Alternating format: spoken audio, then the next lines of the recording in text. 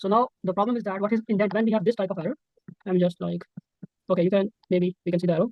Okay, when you have this type of error, what is the error? Tell me. I don't know. No, it's the written there. He said like trace back most recent call lost file main.py line number 1 def verify call number indentation error. You can see that.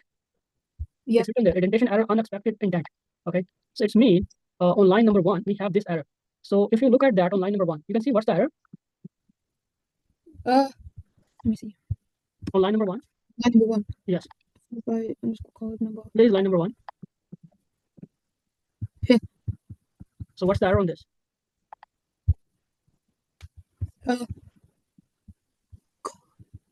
There is a Is it the prime? no, there's no error with that. There is a space before D. Okay, so you can't put space like whenever you start a function without any like inside any other function. So you no, not there. Before the def, you put some space. Remove that space. This is valid. Def space. So now this was indent error. Okay, now it's working. Okay. So it's working there, yeah.